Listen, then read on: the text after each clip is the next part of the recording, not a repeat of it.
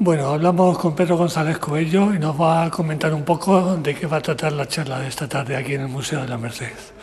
Bueno, pues la charla de esta tarde va sobre el teatro del siglo de oro de la época del Barroco, especialmente en relación con el Corral de Comedias de Almagro y sobre todo con las costumbres de la vida de la época. Es un poco como una cierta inmersión en el periodo del siglo XVII para que la gente tenga más elementos a la hora de valorar y disfrutar de una obra de teatro de esa época.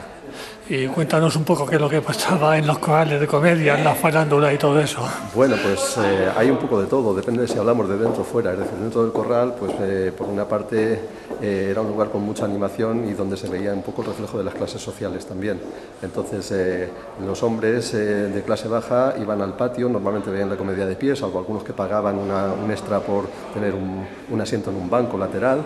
Y eran lo que se llamaban los mosqueteros, y eran un poco los que a veces formaban un poco determinadas grescas que dificultaban la representación.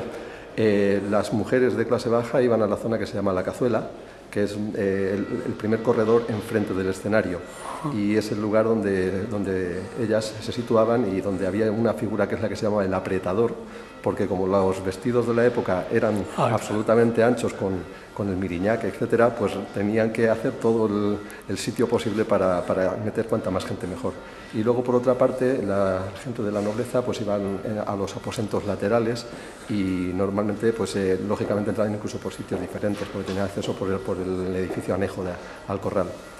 ¿Eran esos espectáculos, digamos, gratuitos para entretenernos de alguna manera o tenían...? No exactamente, no. El corral tenía distintos tipos de formas de cobro, porque por una parte se pagaba por entrar simplemente, luego se pagaba ya por asiento o por aposento en función de qué tipo de persona fuera y a qué lugar fuese a situarse.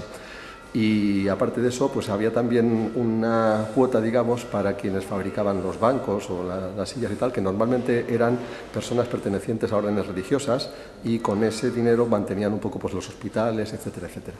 Ese tipo de teatro de esta época se puede considerar un poco el comienzo del teatro, digamos, social o crítico de ahora. Bueno, quizá eso es buscarle demasiadas cosas a la época, ¿no? El teatro del siglo de oro lo que supone, digamos, es una expansión de este fenómeno de masas, que es el asistir a las comedias en los corrales.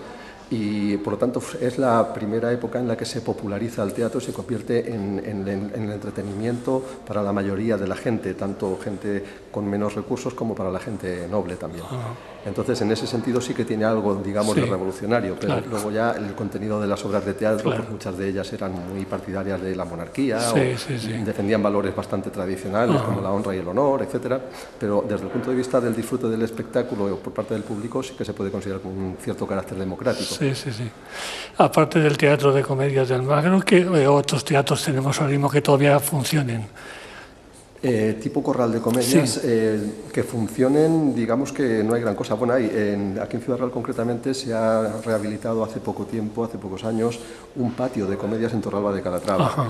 Aparte de eso, por ejemplo, en un teatro de Alcalá de Henares, bajo lo que era el teatro a la italiana habitual, se descubrió también que había habido un corral de comedias y entonces se eliminó el elemento decorativo, digamos, del teatro a la italiana y se convirtió en corral de comedias. Y bueno, luego sabemos que determinados corrales de Madrid estaban situados donde ahora están algunos de los teatros nacionales, como el Teatro Español, por ejemplo, ¿no? Y en otras ciudades también había, pero no se han conservado. Pues nada más, muchas gracias.